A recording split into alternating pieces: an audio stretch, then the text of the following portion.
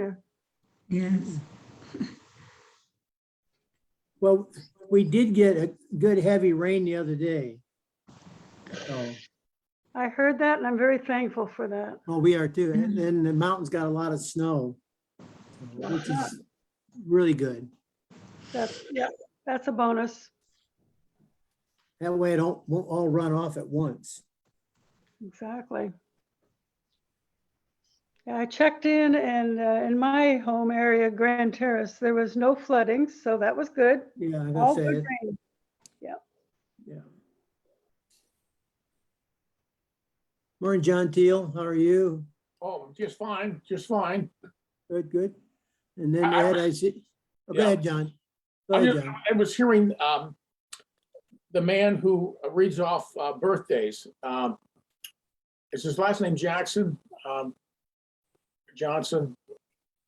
You know, at the church. Anyway, and I was just surprised how many people, I just saw a part of it, were in their 90s, you know, and they seem to be, you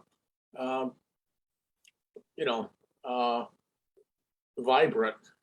And I hope I'm that way when I'm, Yeah. Of course, I do think those figures are skewed because a lot of people don't move here until they're 65. So, oh, okay, well, okay.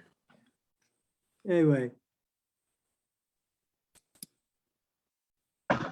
I do know this. My mother, we brought her out when she just turned 80 after having serious surgery. I thought we could have her about 6 months to a year. She lived for another 10 years. So, Good morning, everybody. It's a beautiful day here in Southern California, but not so everywhere in the world, and certainly not so in parts of the United States. Mm. Here are words from James, the letter of James. Luther was right. James does not say the same thing as Paul does, but Luther was wrong to say that James should be treated like straw and burnt. It's okay. What? Actually, it's a good thing to have in the Bible people who say different things about the same subject. But be doers of the word and not merely hearers who deceive themselves. For if any are hearers of the word and not doers, they are like those who look at themselves in a mirror. For they look at themselves and, going away, immediately forget what they were like. But those who look into the perfect law, the law of liberty, and persevere, being not hearers who forget, but doers who act, they will be blessed in doing their things. If any think that they are religious and do not bridle their tongues, but deceive their hearts, their religion is worthless. Religion that is pure and undefiled before God, the Father, is this: to care for the orphans and widows in their distress, and to keep oneself unstained by the world.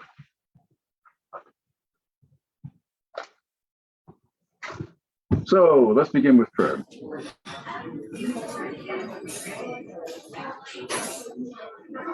We pause to express our gratitude again this morning, but also of heavy heart with our thoughts of those in different parts of the world who are suffering, but particularly those in the United States who have been ravaged by this tornado, which has leveled towns, leaving them look like bombed out cities. Surely these people are stunned and perplexed and uncertain as to what to do next. We're thankful for those who are already on the scene to be of help. If there are ways we can be of help, maybe financially, let us do that as well.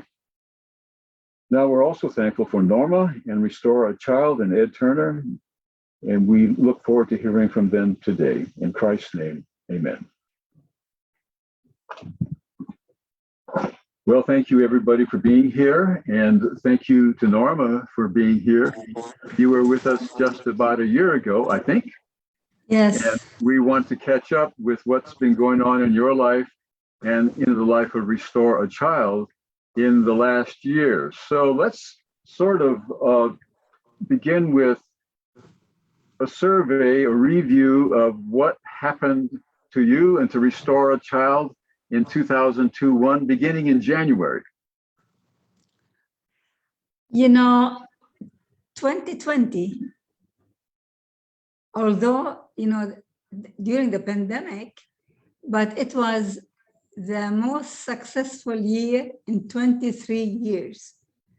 God blessed us double the portion. So the children and our projects benefited a lot.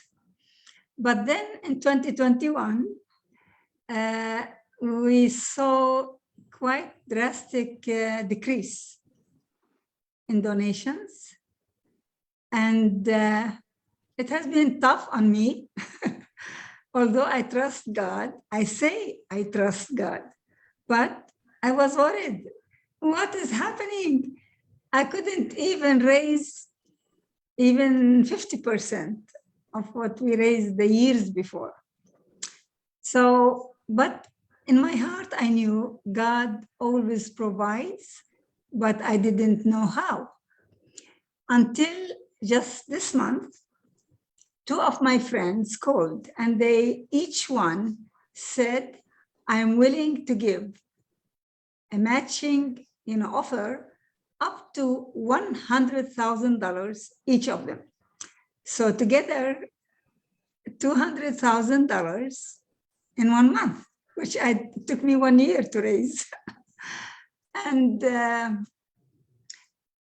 it is not easy. I'm grateful for the gift and the miracle from God for these 200,000, but I need to match them.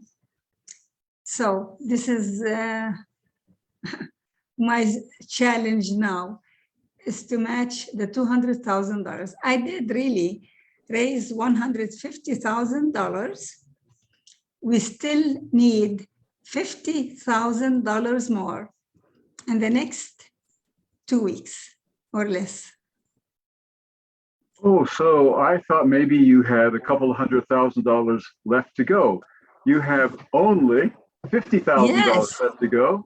Wow, that's amazing. Yes, it's Did you God. know that these two matching grants were going to come your way? They always do. God always provides. This happened before, and God provided last minute. Somebody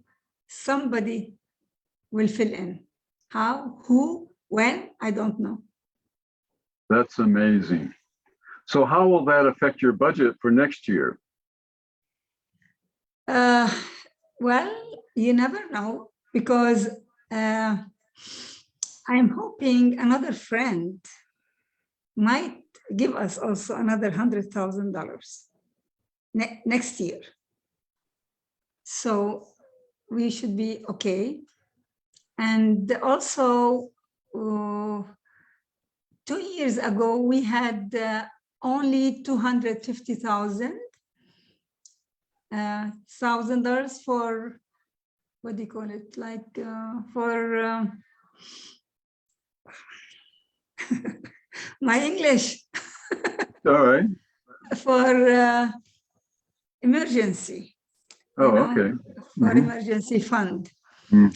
This year, because of last year, we have now more than $500,000 for that, for emergencies. Wow. And I'm hoping this year we can have also more than $500,000 in the checking if we get these matching grants. I'll ask a couple more questions about the finances, then let's move on to other things. What is your budget, annual budget, roughly? Around $750,000. Okay. Well, if you get a couple 100,000, you still have a ways to go. Yes, no, but I already raised 400,000. Okay. Now, do most of these come in large contributions like the ones you've just described? They must, because that's a lot of money to raise from small groups. Yeah, it's not groups. It's my friends, 2 or 3 of my friends who give us constantly like 50,000, 100,000 a year, just a couple of them. And these were friends of yours before and in addition to Restore a Child, or did they become friends of yours because of Restore a Child? No, one of them is from the Middle East, so I know him for the past 50 years, maybe 40 years. Okay. And the other one became a friend. He's a Jewish man who saw me on Fox 5 when my condo burned in Maryland.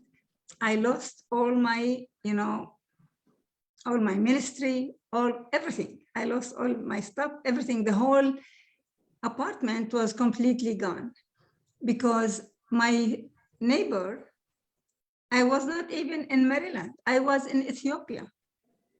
And my friend, it was December 26th, and my neighbor put a candle. It was cold and there was no electricity. And the candle, she left it and she went to work. Within 2 hours, 16 apartments were burned. There were 142 firefighters on the scene. It was such a big one. And so Fox News, Channel 7, NBC, all of them Googled the location to see what is there in this location. And they found out there's a charity. So they emailed me, your house is on fire, your charity is on fire, we want to interview you. I said, what? I just arrived that same day in Ethiopia. I was building an orphanage. And so they said, go to our website and you see your house in flames.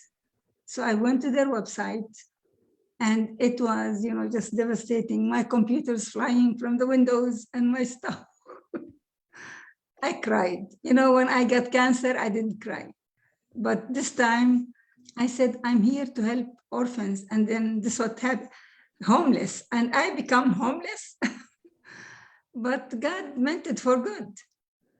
Because this Jewish man from Washington, D.C. saw me on Fox News. And he called the Fox News and said, I'm a Jewish man. I want to help this Arab woman because I'm an Arab. And so they told him she's not here. When she comes back, we will let her know. So when I came back, at the airport, they had maybe, these 3-4 TVs with all their crew. And here I am looking, I said, oh, some some celebrity. I am happy I will see something. I was looking around and all of them were focusing on me. All these TV crew. And I found out they knew that they kept track of when I was arriving and followed me to my home to see my reaction. Anyway, so this is how the Jewish man saw me. And he said, what do you need to build your ministry? I said, I just need a computer, a printer. I just was, I wasn't greedy. I said, if he gives me $5,000, I'm happy. And he sent us $150,000. Wow. Wow. And that was actually 2007. Until now, he is one of our biggest donors. He said, I don't give to Jewish charities or anybody. You are the only one I trust. Wow. Amazing. So he gave not only that once, but he's been generous continuingly since 2007. That's amazing. Yes. Yeah. He Wonderful. gave us, more than $500,000. He gave so much so far. Let's change the subject a little bit and talk about the children and other things you maybe have been involved in this year. Have you done any traveling? No. I booked my tickets and was about to travel, but they told me that COVID was really bad in Africa. And it's not safe for me because I have asthma and I have to be careful, with my lungs. So I didn't go, but we did a lot of stuff for the children, the orphans and the hungry children. We had, I told the schools where we are working that, of course, the schools are closed, but the teachers can go to homes and teach children. And so this is what they were doing. And I asked them to feed the children, to give them food in their homes, bags of rice and beans and oil, whatever they need, because usually we feed them at school, but there was no school. But we kept doing that. And then this Jewish man gave us $45,000 last year for goats. Goats, we use them for milk to feed children. So we have been doing that, and it's helping the poor children in a big way, the goat project. So yes, during the pandemic, but our work for orphans never stopped. About how many sites do you have around the world?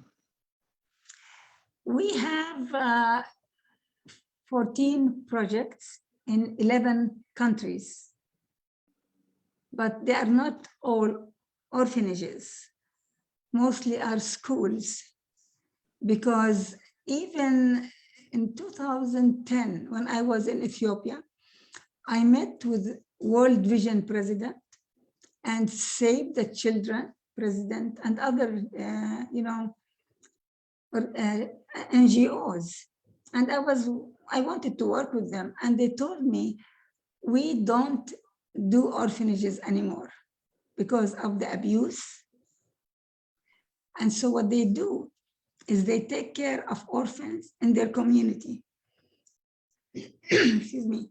If they have an aunt or uncle, that's fine. If not, somebody close in the neighborhood, neighbors, they ask them to take care of these children and provide for their expenses, food, school, clothing, whatever they need. And it's working much better because they stay in their community. They are part of the community. When you isolate them, sometimes when they finish high school, they don't know. They say, where do we go? They don't know their community, their culture. It's a much better way to take care of orphans, but not in an institution. And so we do have 7 homes for orphans, but in the future, our focus is on schools because they need education. And we still feed them, take care of them, but we don't, put them in an institution.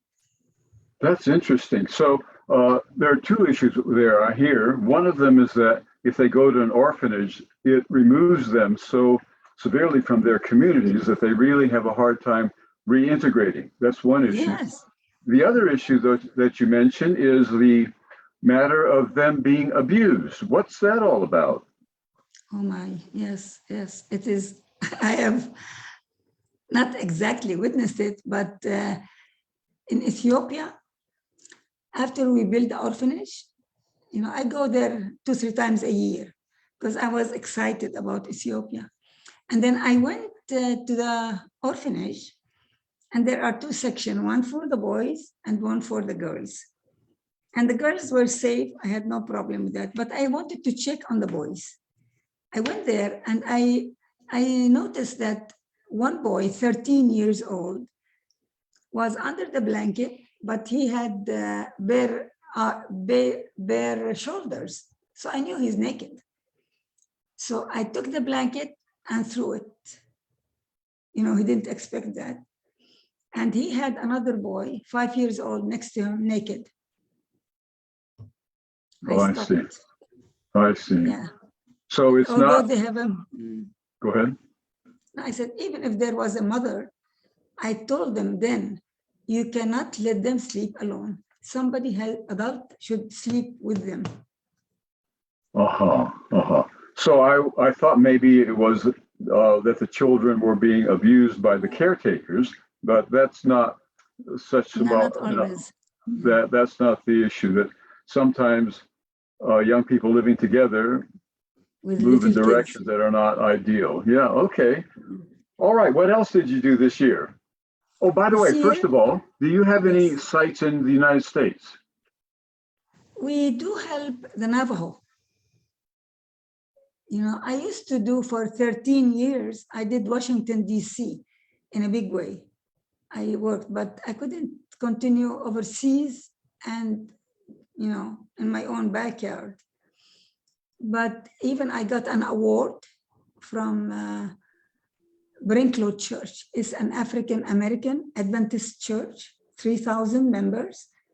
And they gave me an award for excellent community services for the Black community. So I did a lot of work for them, but I don't do except the Navajo. But last year here in Palm Beach, we partnered with an African-American church, which is, you know, maybe poor a little bit, to help the poor people during Thanksgiving and Christmas. So I'd like to do more for the community here too. There is need everywhere. Now I see Kentucky. We'll see how much money God will send us. I'd like to help the children in Kentucky through our church. Right. Now, when I looked at your board of directors, I saw quite a few denominational employees, and I thought that was better than my impression. I had the impression from what you had earlier said that maybe you weren't getting the kind of support from the church that you would have appreciated. Yeah, but you know, these are my friends. And yeah, they're, except one, the treasurer is not, he's an Adventist, but not from the church. But the rest, all of them are church leaders. Okay. Well, that was a good surprise. Now, have you felt like the needs have increased or remained about the same because of COVID? Did we increase? Yeah.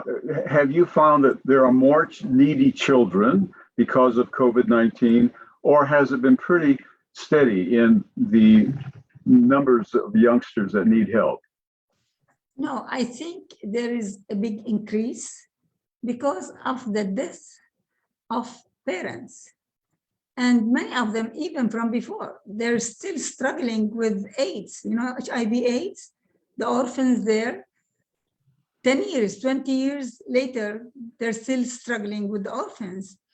So the orphaned children, not only parents, some of them are being taken care of by their grandparents, and their grandparents have died. So where do you go?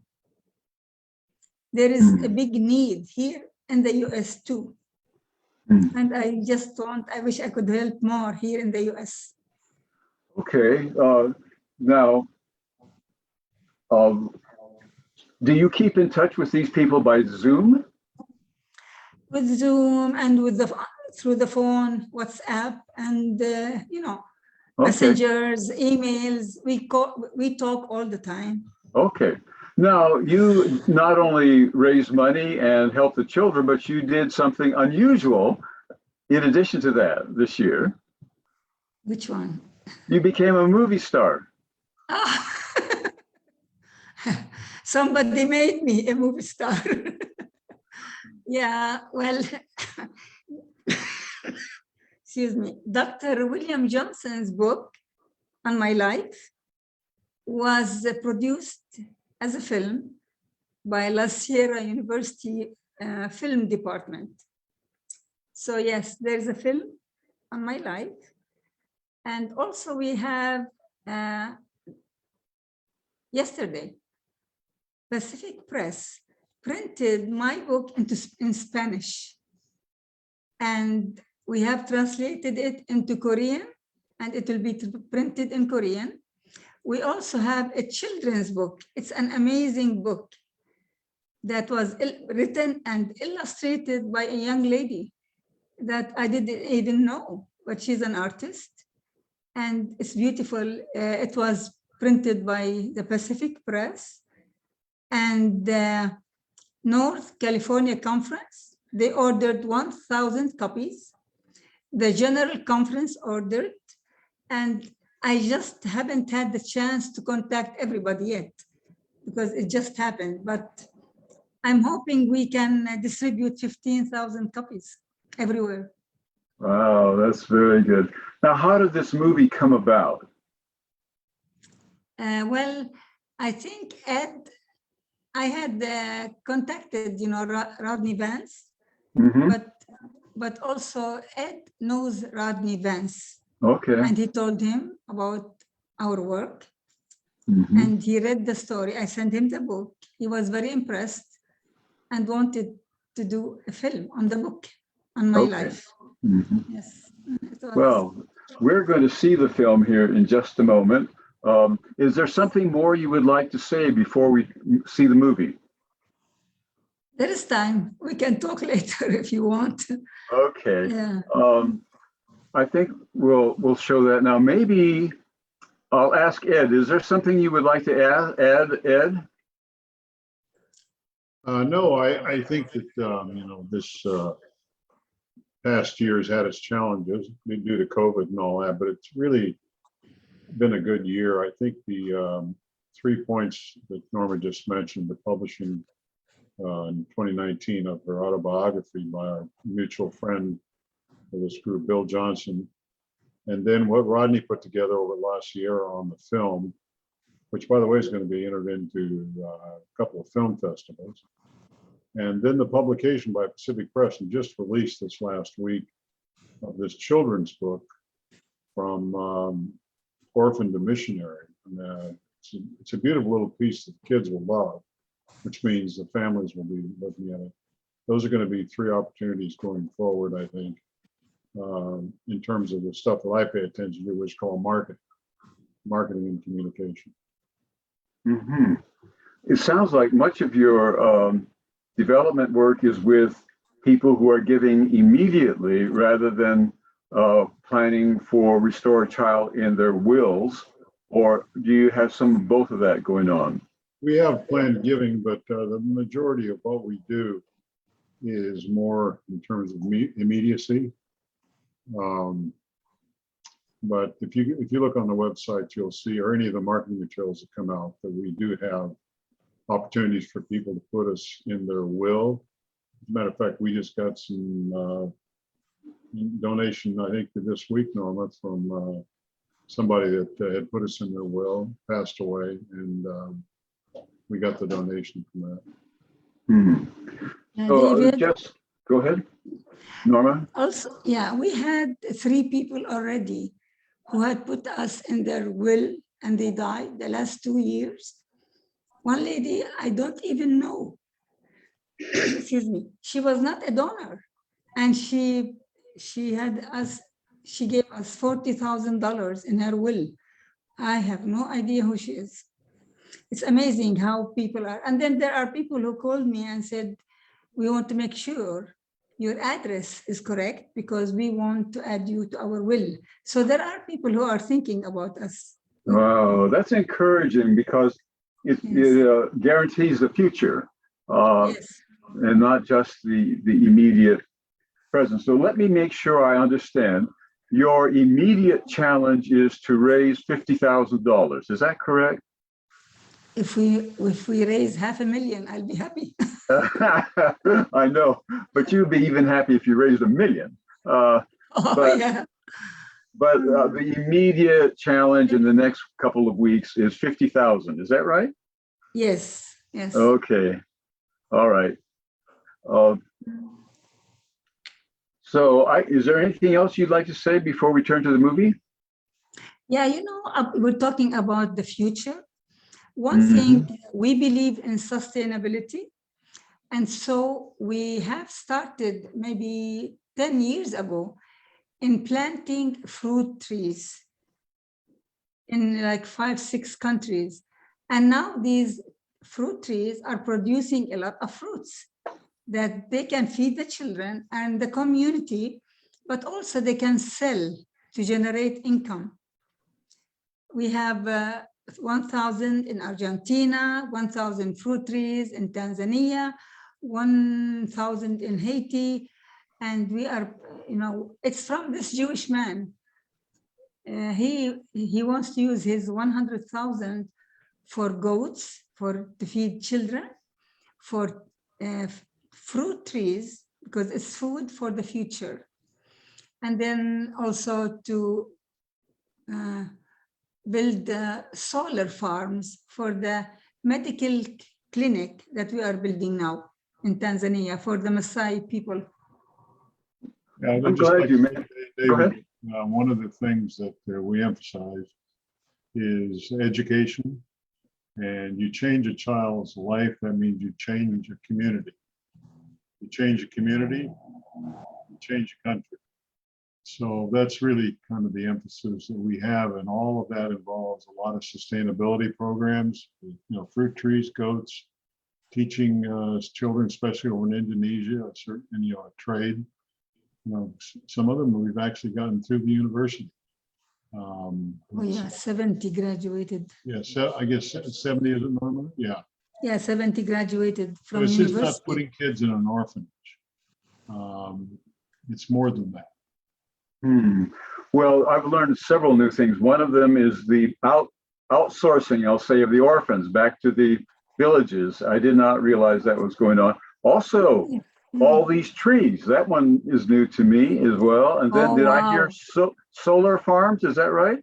Yes. Okay. But, the Maasai have nothing.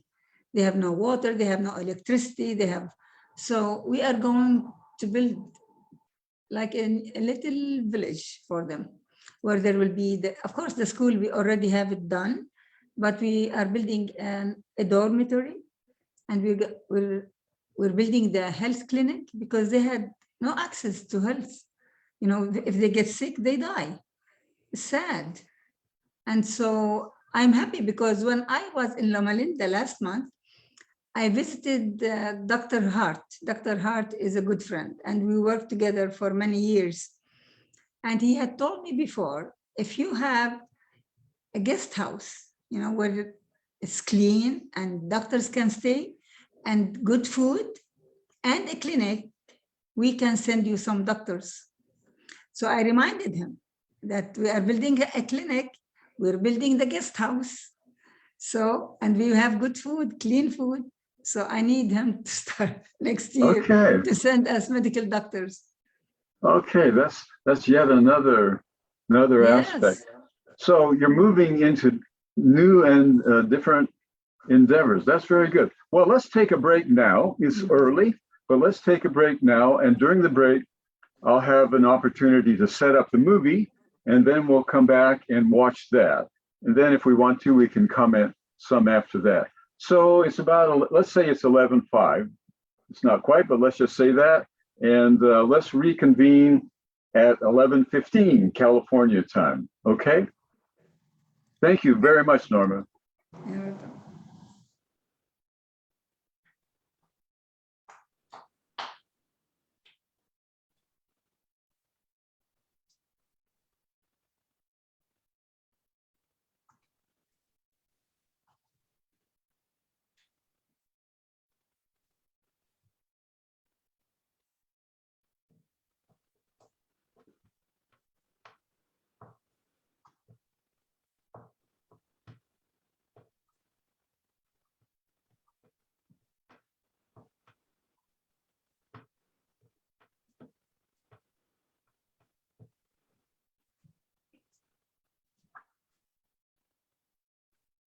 I want to talk.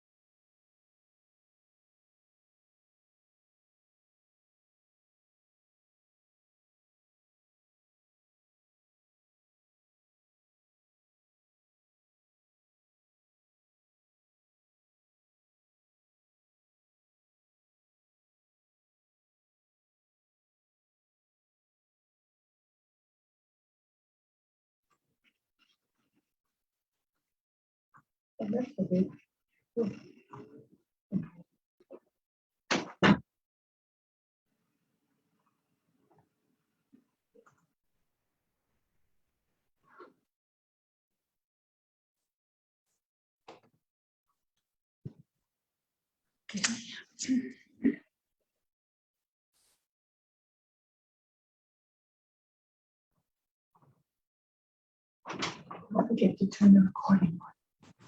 Recording.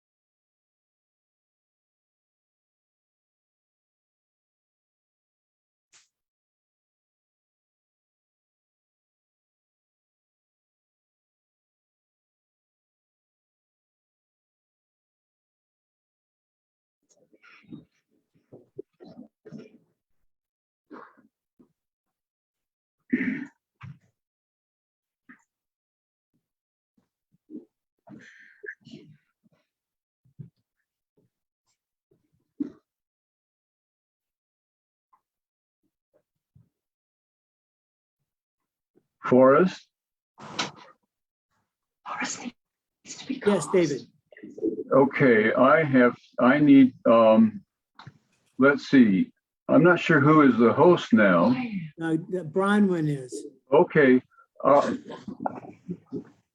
share screen at the bottom, and then the movie will come up and click on it.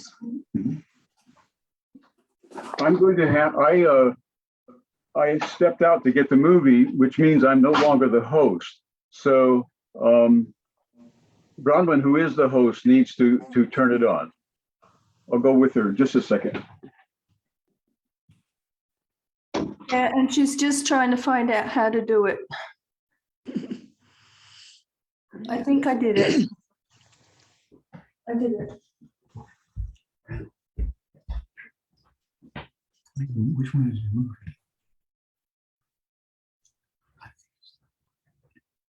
This one. Yes. That's the. Or is it this one? This. That's iTunes. Where do you have it listed from? Is this?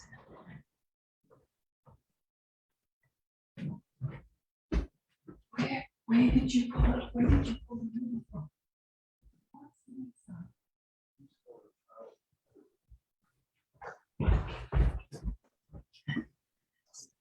Okay, somehow I need to get back to the host so I can do this.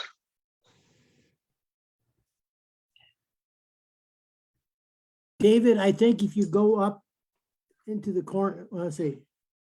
Looks like you got it.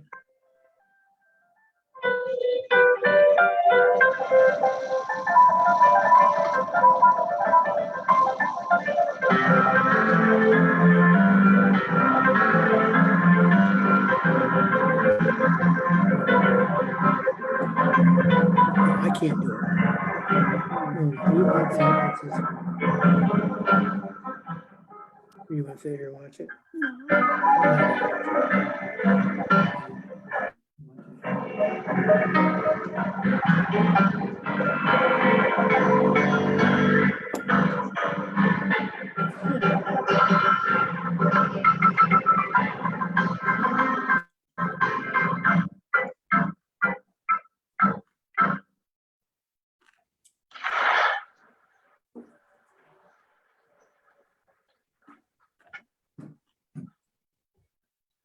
This is probably the best event I have been to in 2019. You know, best concert, and to see how much these kids can do at home. The whole time I could think about his future, think about in 10, 15 years.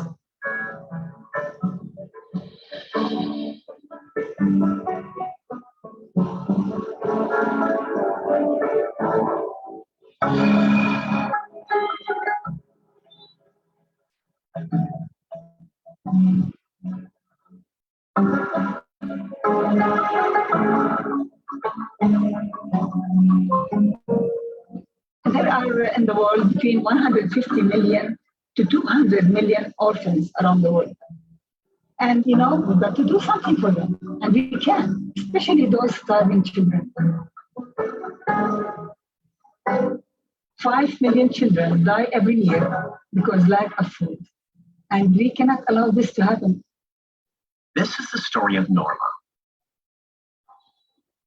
Norma is 5.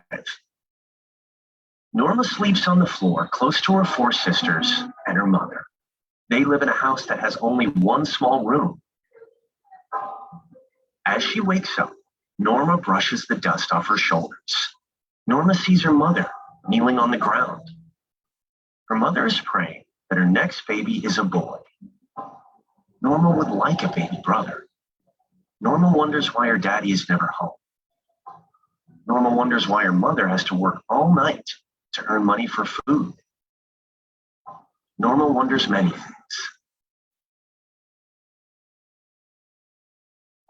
Restore a Child is in how many countries? 15 countries. Tell me how we actually got the birth of Restore a Child. But, you know, I knew when I got cancer, God would not give me that disease to punish me. Because 1 year earlier, I had recommitted my life completely to Him. I had peace with Him. Yeah. Really, really. I was, you know, I'm in love with Jesus. I mean, I was at peace. And then I get cancer. Yeah. I said, God has something good coming out of it. I had no idea. So I did not pray for healing, not once. You know, as a woman, we cry. I didn't cry. I didn't, nothing. I was happy. I was going to take treatments and coming to work, and they say, you are smiling, you have cancer. I said, God is working. He has something good coming.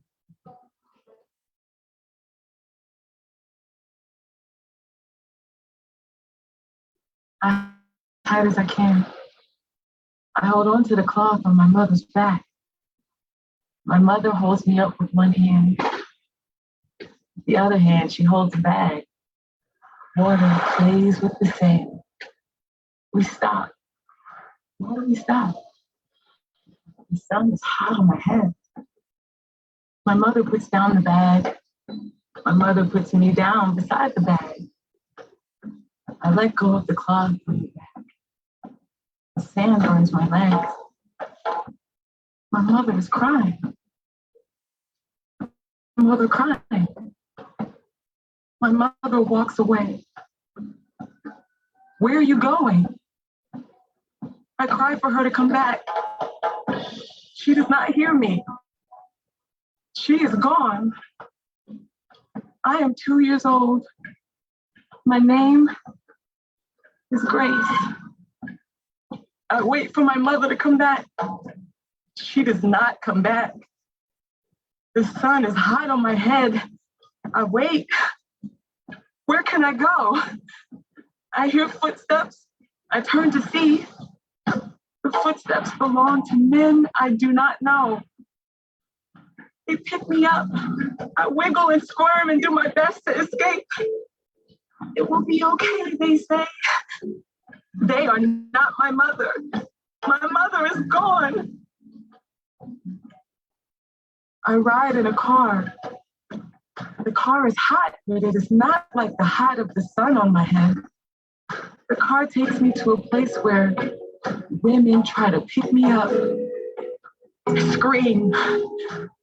The women remind me of my mother. I don't want them to leave me alone. Women give me food. I am hungry. The women give me a crib to sleep in. I am tired.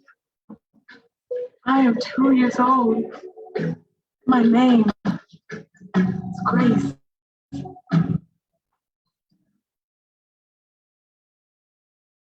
I went to an orphanage that we support.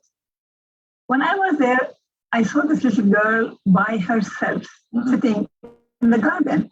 Her mother was going to sell her as a slave girl at age 3. Wow. And eventually she decided to abandon her. She left her and the woman who takes care of the orphanage, she took her to the home.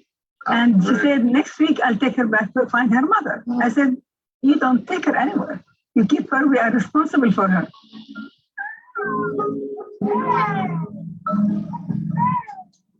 One day, a woman comes to play with me. She teaches me a song to sing.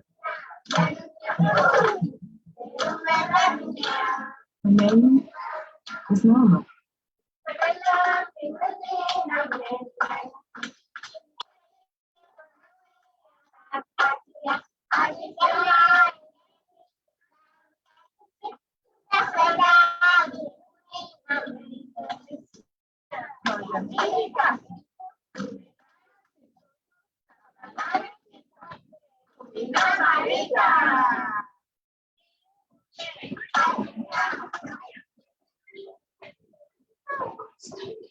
Norma likes adventure.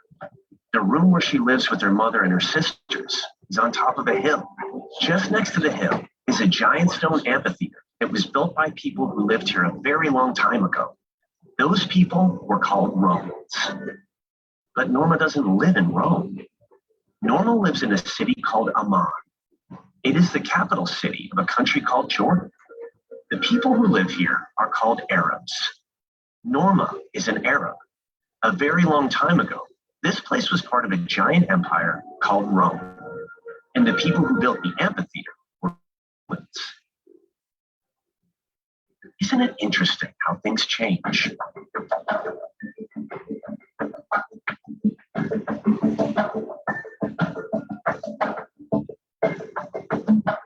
When I was in Ethiopia, I saved 3 girls of trafficking, but 2 of them, one man was running with 2 girls. I stopped him. I'm not afraid of him. They said, who are these? Your daughters? No. Are you the uncle? No. So why are you taking these girls? He said, they have no one. I said, I want these girls. He said, yeah, if you want them, we can have them. I said, yeah, I want them. So I took them to the orphanage. It's not easy to take girls and sell them. No government, nobody cares. I wish I can explain how I do things. I knew that God will help me. Yes. So I started small. I said, I cannot love children overseas when I can't love the people around me. So I started with Washington, D.C., helping children, and then we grew from there. Norma and her friends like to play in the Roman amphitheater. The amphitheater has stairs and chairs made of rocks and a stage. And at the very top, dark, deep tunnels that look like caves. All of Norma's friends are older than she is. But of all her friends, Norma likes adventure the most. She decides to have an adventure now. Norma sets her hand on one rock, then pushes herself up with her foot. Her friends stare at her from the bottom of the rocks. Norma stands at the entrance of a cave. "Don't worry about me," she calls down with a confidence she doesn't quite feel. "I can do this." And she turns around and steps into the unknown.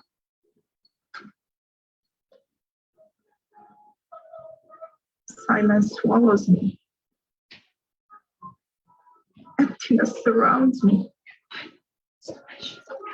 I feel stuck behind doors, locked and unopened, in a dark place, shattered and broken. The only time I make a sound is when I sink to the listening wall.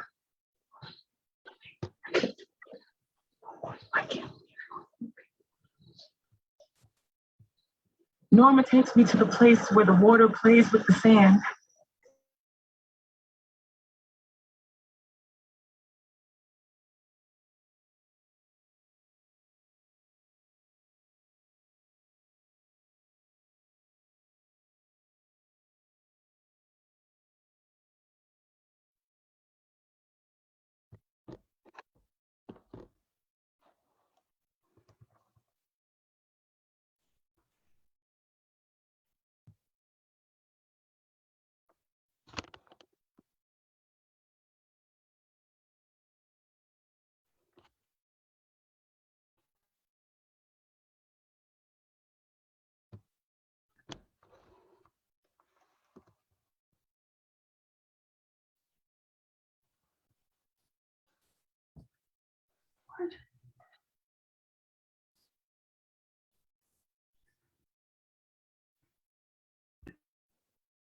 Dave, we have lost sound. I noticed that you and Bronwyn both went mute.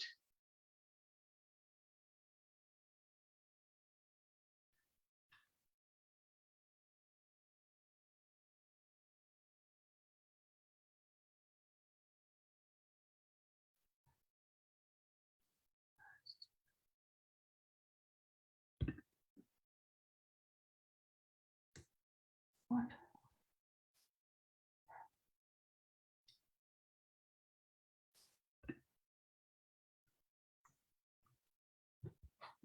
Let's try this, okay? I will let you know if we hear it on our end. Okay. Norma needs a home to live in. Yes, we hear that. Bob and Mary Darnell need Norma to live with them. For the first time in her life, Norma has plenty of food to eat. For the first time in her life, Norma has a bed where she can sleep. One day, Mary Darnell takes Norma shopping. Norma sees some red cloth that is such a deep red, it looks like royal red. Mary buys some for Norma and uses it to make her a new dress. This dress, I could meet the king himself and not be afraid, she thinks to herself.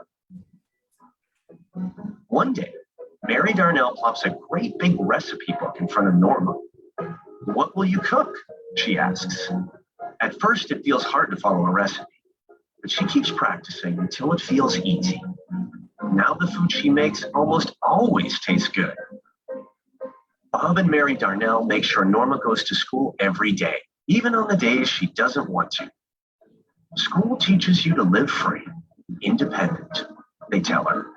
Norma likes her home with Bob and Mary Darnell. She lives here until she finishes growing up and graduates from college.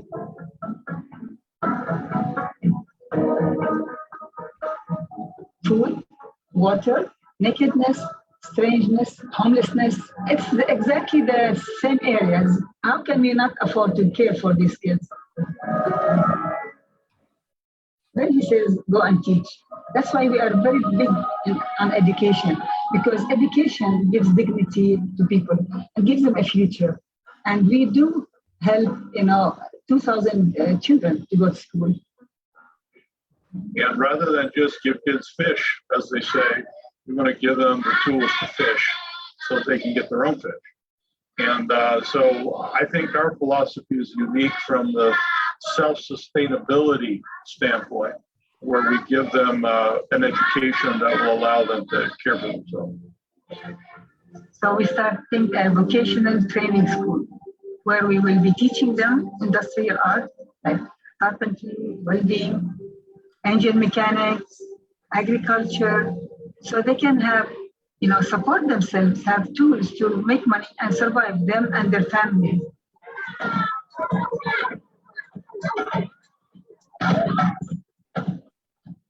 In Indonesia, we have 250 orphans in 7 homes. And there are many success stories. But one of them is called Marlena. And Marlena was taken when she was 12 years old. She was not going to school. They had no money to go to school, and she had no hope. And in the orphanage, she was a great girl, and she was quite smart. So we send them, when they are like that, we send them to university. In university in Indonesia now, we have 40 students, young people in university. I've already graduated 25 of them. And they are giving back. Marlena is here in the middle. She graduated last year as a math teacher, and she had her wedding when I was there. So I took that picture of her, she and her husband. Amazing. Both of them are math teachers, and they teach in the school next to one of our orphanages in Kupang, it's called. And in Kupang, not only they teach at the school, but they come to the orphanage to tutor the kids in math, to give back. Wonderful. Thank you, Ma'am Norma. My name is Nerlina Sukumeang. I come to Kupang from 2014, and then I teach here. I'm a teacher, a math teacher, and then I use my time to serve my sisters and brothers in orphans here. I want them to serve another, not only them, I mean, in the church or in the school. So then I will teach them. I teach them how to sing, how to do the best, to give a beautiful song to God also. Thank you so much for your helping us to take care of us with your humble heart. Thank you so much. We're proud of you.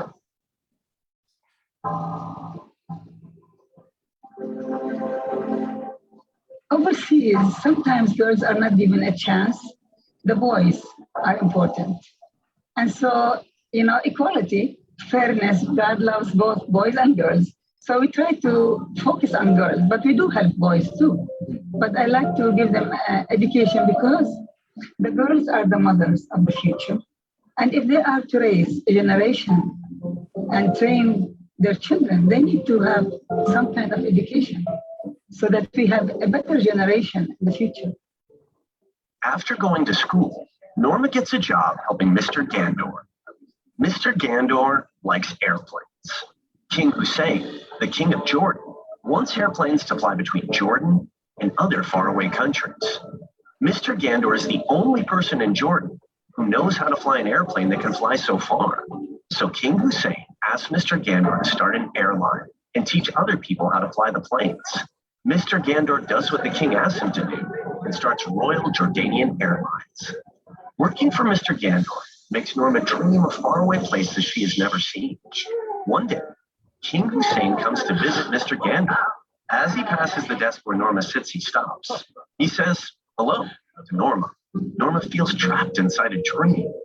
She can't believe she is meeting the king. She can't believe the king is talking to her. She opens her mouth, but she is so nervous she can't say any words. Instead, she makes sounds like,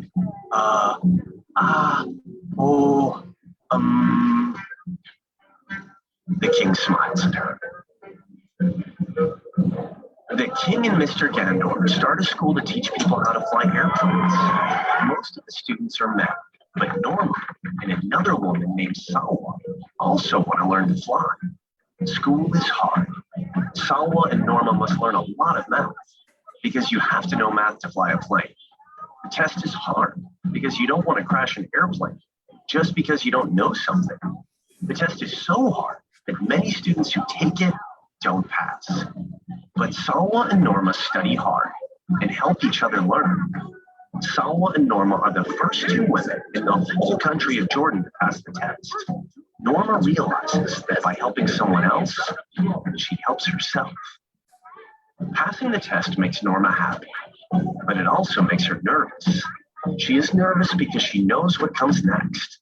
Now she has to learn to fly the airplane. Norma and her teacher walk to the airplane together. Norma stares at the airplane. She feels like the airplane stares back at her. Norma remembers staring into the dark cave when she was little. Now she stares into the big blue sky. I can do this, she thinks. I have a teacher to go with me. Norma gets into the airplane. Together with her teacher, she flies into the unknown sky. I try to keep on looking forward. That's what my mom would want. Things change. Sometimes changes make us happy. Sometimes changes make us very, very sad. When Mr. Gandor leaves his job as Norma's boss and takes a different job, Norma feels sad. When the country Norma lives in goes to war with another country, Norma feels very sad. And when, to get away from the war, Norma has to leave everything she loves and move to a new country, Norma feels very, very sad. Go to our new country. The birds sing very loudly to try to cheer her up. The sun shines bright and hot to try to cheer her up. Norma likes the new country she moves to. She likes its name, United States. She likes the word unite. She likes that she can move to this new country. People are glad to see her and make friends with her. She likes to live in a country where people from all over the world unite in friendship. Things change. Sometimes changes make us sad. Sometimes changes make us happy. When I look outside, I see a painting with clouds and sun and grass and trees and moon and stars and everything.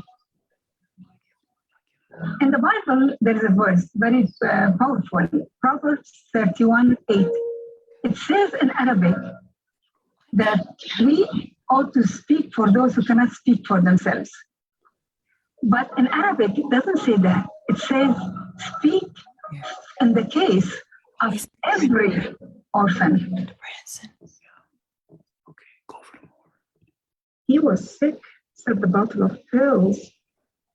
Oh, he was tall, said the size of his shirt.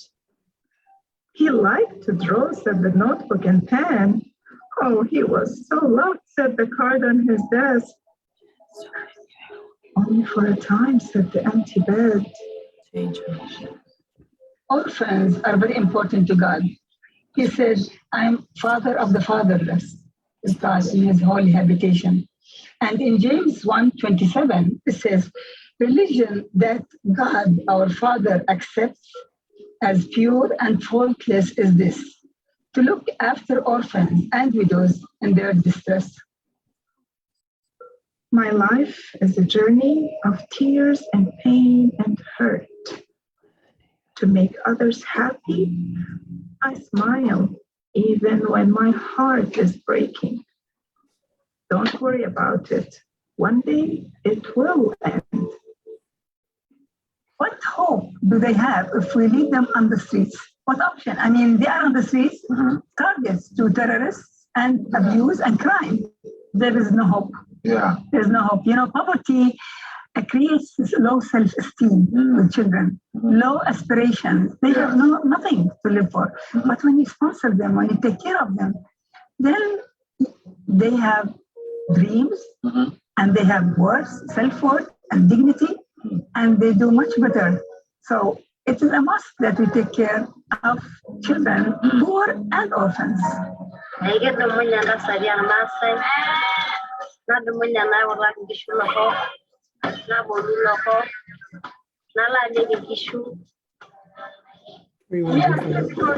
the Maasai people and we want to help your children and we want their future. You cannot live without water. Anyone who wants water from Jesus, he will give him.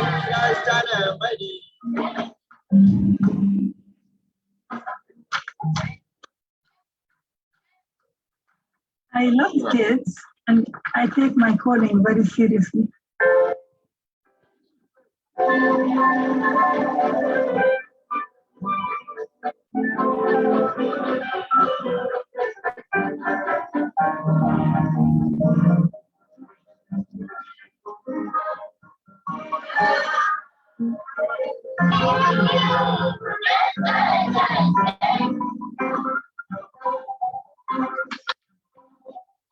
When you invest in lives of children, your dividend is 100% for now and eternity. And you know, children are the future leaders. If we invest in them, we are doing ourselves good.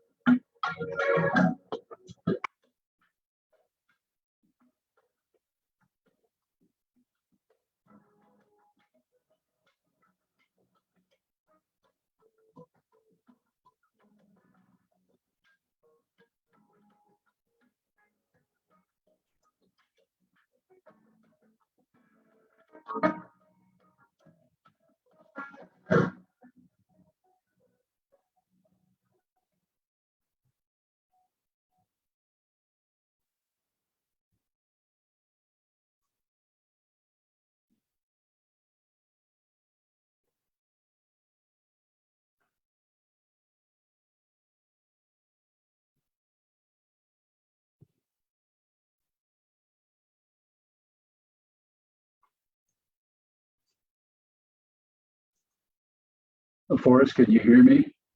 Yes, I can. Okay, so let's turn over to the discussion. Okay. I don't know who would like to be first to make a comment or ask a question. I have some, but let's start it with somebody else. Okay, so just raise your hand. I'll put you on our queue.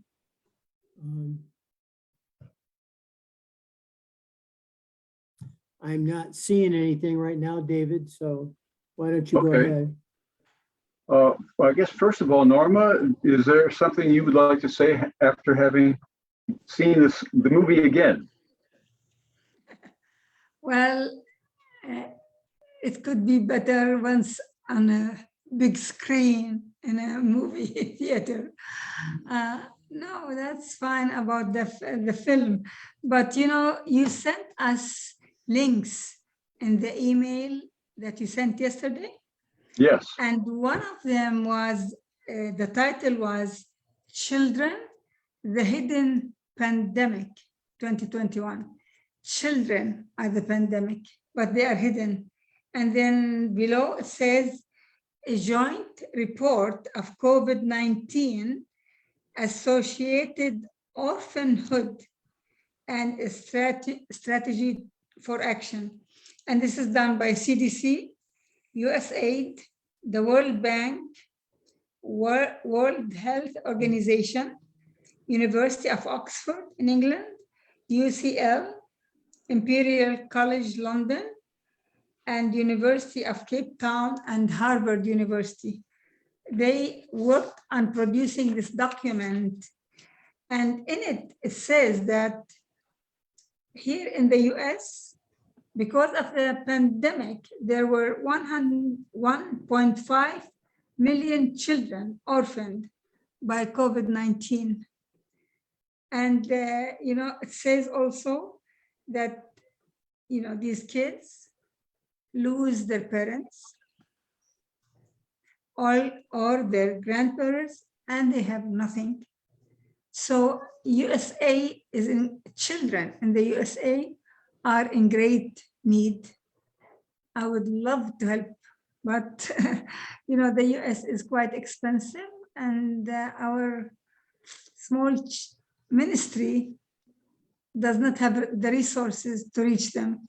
Unless God sends us quite a few million, I would love to help the children here in the US too. And also it says that our immediate global and national responses to this pandemic have understandably been to focus on public health, preventing infection, advancing treatment, reducing mortality, and developing and distributing vaccines. So this was the focus of the government and the health entities here. But they say, yet this overlooks one of its most urgent and tragic consequences: the multitude of children bereaved through the absent death of a parent or grandparent who lived and was caring for them. So children are being neglected. They are not being cared for. No matter what you hear about social welfare and so on, children have no one to care for them. And I think it's our duty as Christians and churches to reach out. I cannot do it alone, but with you, we can do a lot. And with our churches, we can help these children who are struggling. They have no one to care for them. And the impact on their physical, mental, and emotional health is devastating to them. And this will be, the report says, and this will be expected for at least a decade. The impact of this, the loss of parents will be affecting the kids for a decade or two. Anyway, it's a good, it is 55 pages long that I printed, and it has very great information for us. Yes. Thank you, Norma. I can't think of a better way to conclude than with that appeal and a reminder that you need $50,000 between now and New Year's Day to match all of the commitments you've had. So thank you. I'd like to say a few words about the Branson Sabbath School, and then we will conclude a little early, but that's just fine.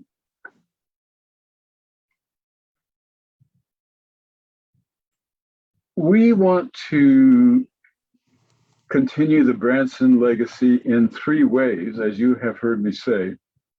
One of them is that we want the Sabbath School to be marked by complete intellectual freedom. That was part of Roy's identity, that there was no topic that was off limits. There was no book that we could not read. There was no issue we could not take up.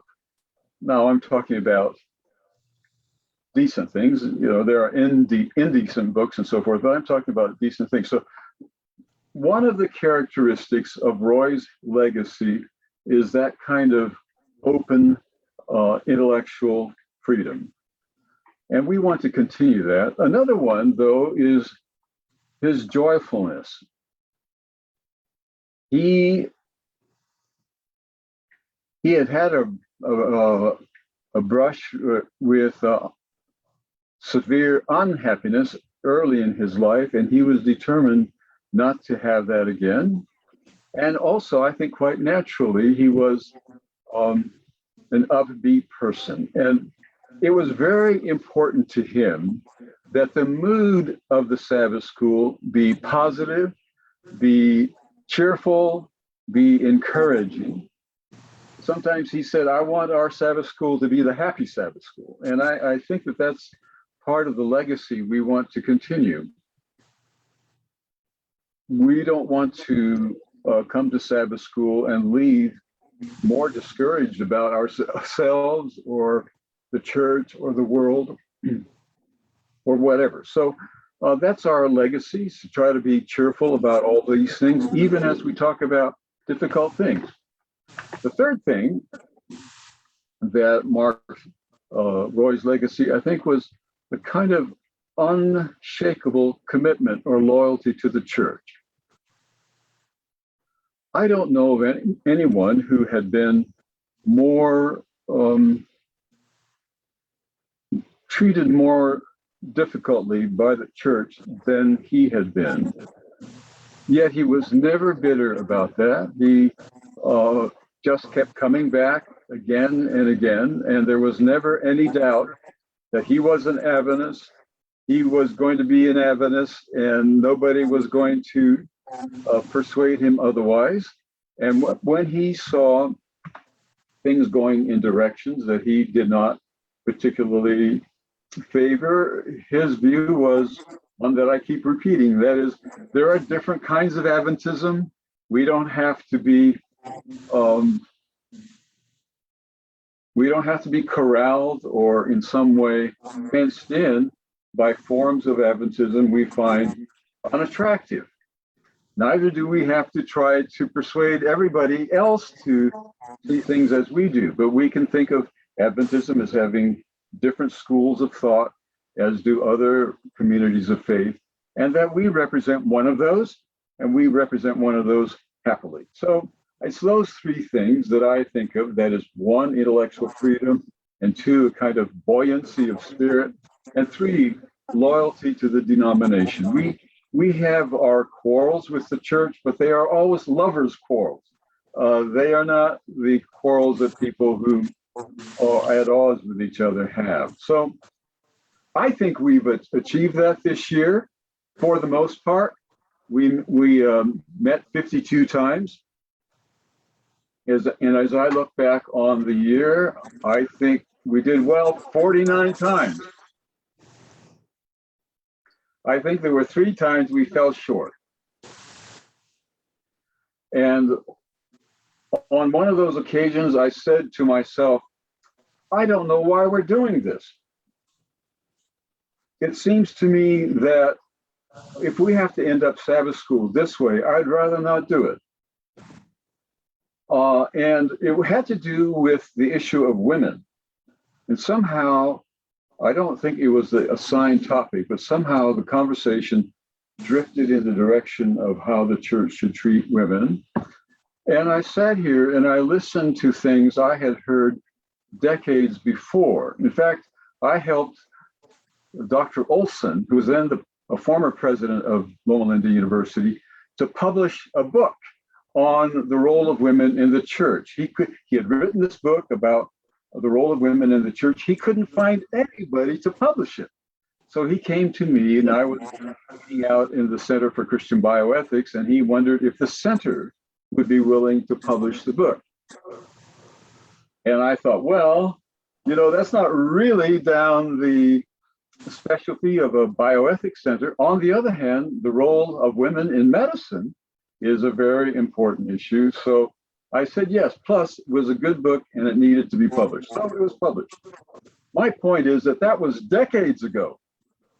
And to think that we're still circling around the same issues this much longer was very dispiriting to me. But then I remember one time I was with Roy, and he was very dispirited on this one occasion. And he thought nothing he had done amounted to anything. And the church, if anything, was going in the wrong direction. But then we stopped and thought about how much the church had actually changed. And it is the case that we have made progress on the issue of women, even though sometimes it feels like we're not. We have made progress on that issue. And I had to remind myself of that after Sabbath school. So that was one of those occasions where I felt sort of, we weren't making much progress. Let me say this about the issue of women. You know, we've been told that the church will suffer if women are given a more prominent role. But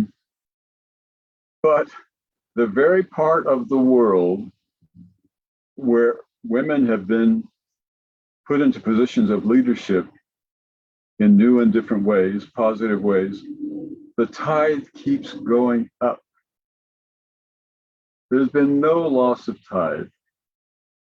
And there has been no loss of tithe at the general conference level. So at the very time we're making progress on the issue of women, and some people are apprehensive about that because they fear it will divide the church and decrease the financial support of the church. The opposite has been happening. We're making progress, and the progress we're making is hurting nobody, but it's helping everybody. So I think, you know, despite my sort of melancholy after that session, we are all right. Another session that I think we fell short on was when we, in general, kept asking questions about how and why the church was such a failure. And I guess I don't experience the church that way. Maybe it's because the church has been very good to me.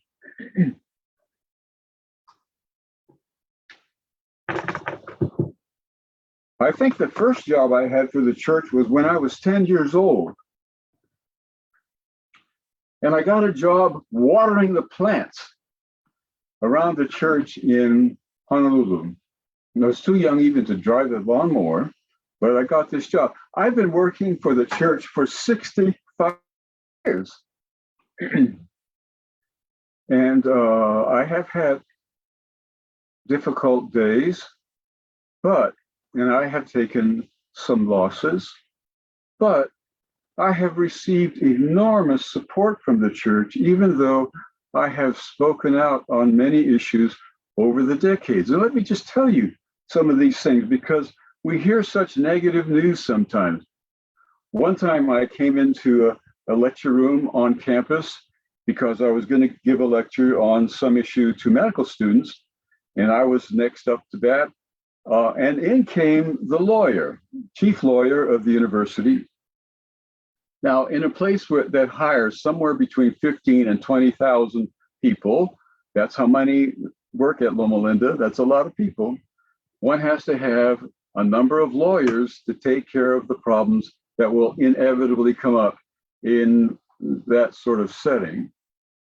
And so this chief lawyer for the university sat down beside me, and he said, well, it's good to see you. And I said, it's good to see someone else. And here's a note to me that Forrest wants to say something. So we have time. We'll get to Forrest in just a second. So he said to me, the lawyer said to me, well, I'm glad to see you. You know, you gave us a lot of business. And I said, pardon me, I didn't realize I was having any legal problems. He said, oh, yes, there's a steady stream of people who want you to be fired. And so we lawyers take time to explain to them that they can do that, but it's going to cost them a lot of money and a lot of legal effort, and they always back off. And I said to the lawyer, I'm really sorry that my work has caused you to have so much work? And he said, don't worry about it. We're happy to do it. So that's the kind of support I've had. Another time, I perchance was given a letter by someone that my dean had written to that person. And that letter defended me in ways that I found quite encouraging. I had taken a stand on some issue and somebody was taking exception to what I had said or done. And they had written to the dean of the School of Religion, sharing their thought that maybe I should serve elsewhere and so forth and so on. And the dean had written a letter in support of me. And I said to the dean, I did not know you were writing letters on my behalf this way.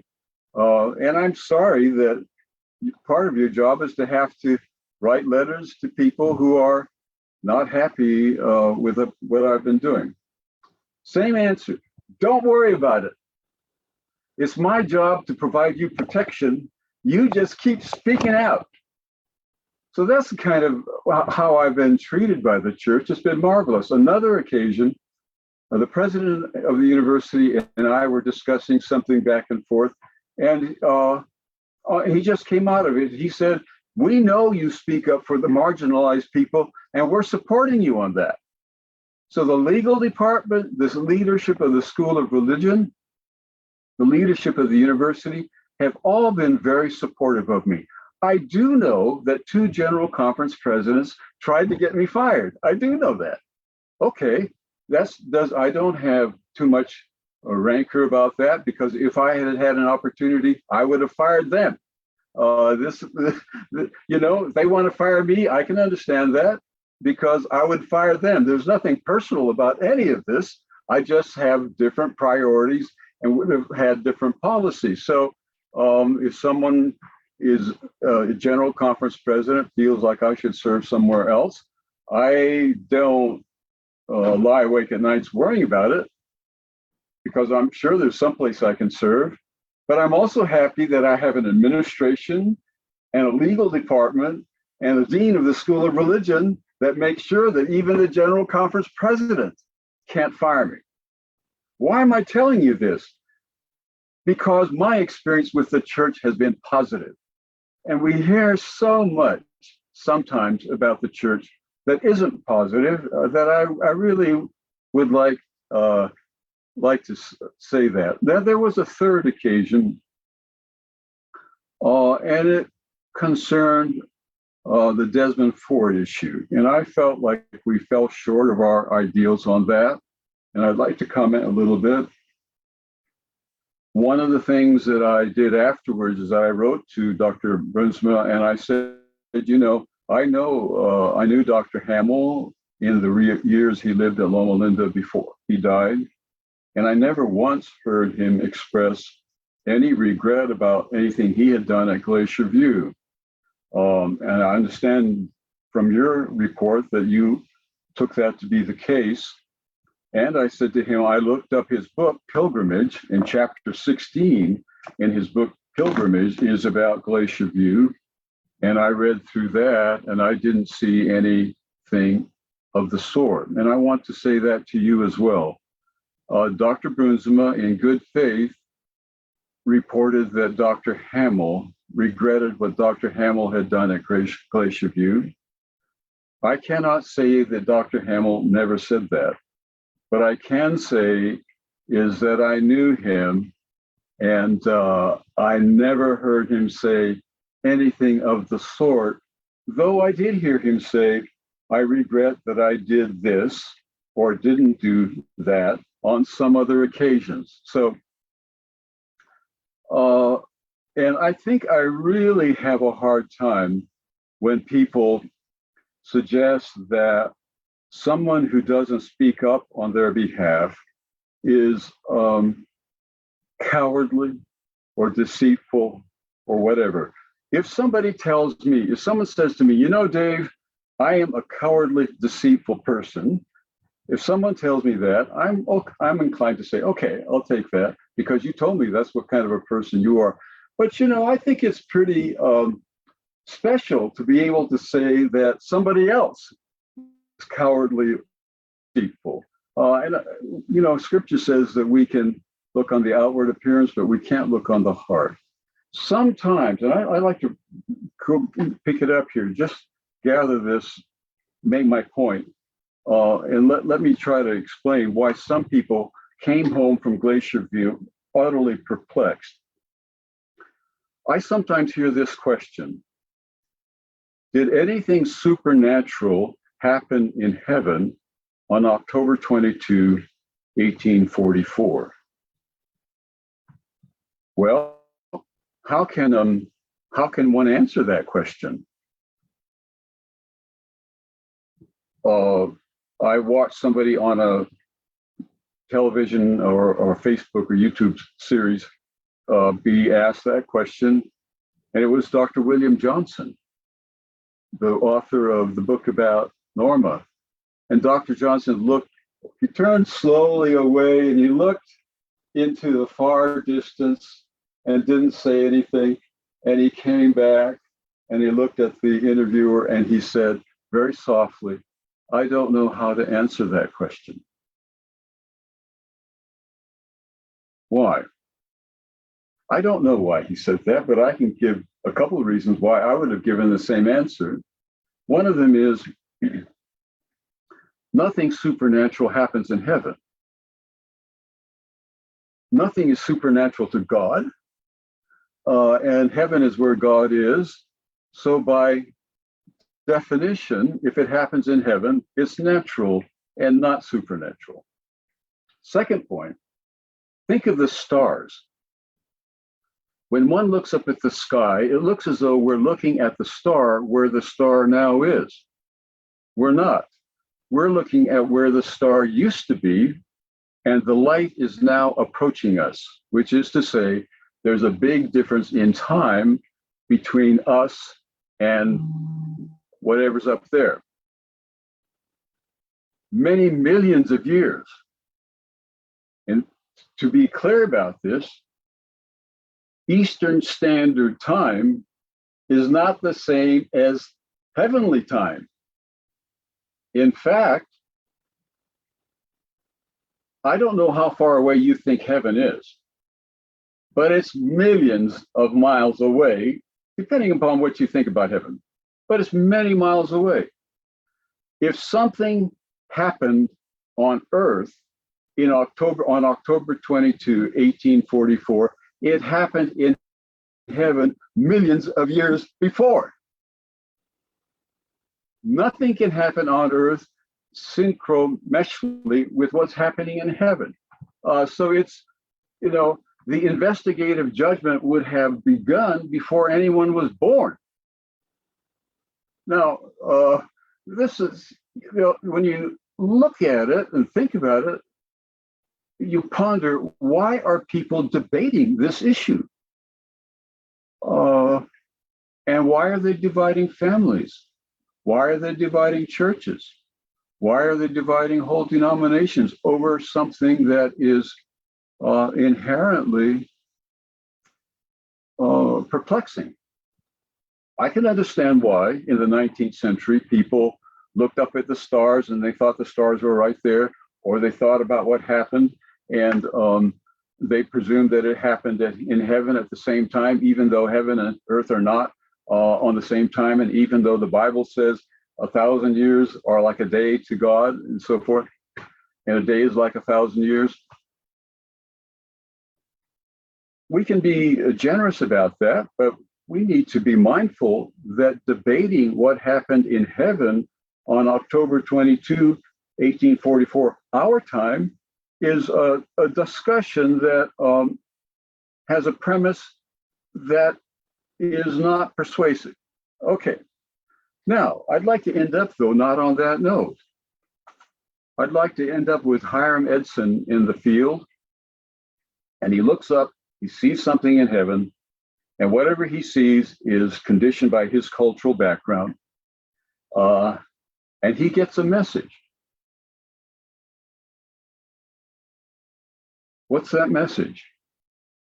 It is this: You are very disappointed, but you're not abandoned. That's the message.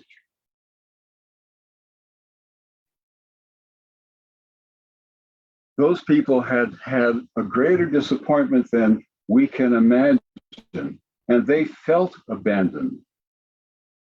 And yet that message reassured them that they had not been abandoned and that it was worthwhile to keep together and keep working and seeing if they could make a positive contribution to life. Now, that's the sanctuary message. The sanctuary message throughout the whole of the Bible is that God is with us. Build me a sanctuary that they will know that I dwell with them.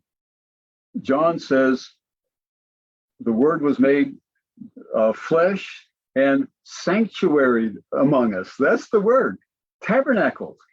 Jesus was the living sanctuary. At the end, in Revelation, it says God will establish the tabernacle, the sanctuary with us, and will be forever with us. So the theme of the sanctuary from the beginning of the Bible is a reminder that no matter how disappointed we are, no matter how abandoned we feel by God, we're not. Now, we shouldn't condemn ourselves if we feel abandoned. Jesus himself said, my God, why have you forsaken me? All right. There are moments when we all feel that way, but we need to remind ourselves that though we feel abandoned by God, it's not true. The sanctuary message is that the great disappointment is not a devastating disappointment. Okay, so that's a very, very precious message. When we think we have been abandoned by God, we need to think of Hiram Edson. And he learned in a way that was appropriate to him that that was not so. Now, as we look forward, we know that there will be in the coming years many great disappointments to many people. We know what those are. We've mentioned them before. They're the big D's: death, disease, divorce, discord, and destitution. These will affect people and they will feel abandoned. They will have great disappointments. Charles Scriven says we all live our lives in the space between our dreams and our disappointments. Okay, there will be disappointments. But as we go into the next year, we need to go into the next year positive, optimistic, cheerful, knowing that even though there will be these great disappointments, Hiram Edson can tell us we're not abandoned even in those extreme circumstances. So we did really well this past year. 49 out of 52 is a pretty good score. And it's a very good score. And I think we'll do equally well next year. But I hope that the Branson Sabbath School continues to be open-minded, positive, and loyal to the church. Okay, Forrest. Actually, I had my thumb up in agreement with you, especially over the women's ordination, but I would put my thumb up again as you conclude. I think we have done very well here, and I appreciate your leadership. And the church is going forward. There's an old story about a woman at a testimonial service that said, I ain't what I should be, and I ain't what I used to be, but thank God I ain't what I shall be. So right. We can move forward. But thank you for your leadership, David, and my thumbs up. Okay. Well, this is a marvelous group, and it's supportive in every possible way. I'm going to see what there's on the chat. I don't see anything that we need to enter into the conversation just now, except to say thank you to everybody. This is the last time we will meet this year. We will not meet next Sabbath so that we can spend time with our families, but we will meet on January 1. Maybe we will meet this way. Maybe we will meet on campus. We had planned to be back on campus in in the month of January, but it seems like we're into another resurgence of some magnitude. We don't know what. I know on the university, on the university campus, no matter how many times you've been vaccinated, the expectation, again, is that you will wear a mask at all times. Do we really want to go back to the Centennial Complex if we're all required to wear masks? I don't know. We'll think about that. But whether we are here or whether we are there, and when we go back, we'll bring Zoom with us. Whether we're either place, we're going to have another good year. Okay, here's the benediction, unless somebody wants to say something. The Lord bless you and keep you. The Lord make his face to shine upon you and be gracious to you. The Lord lift up his countenance upon you and give you peace. Amen. I will leave this on for those who want to continue speaking.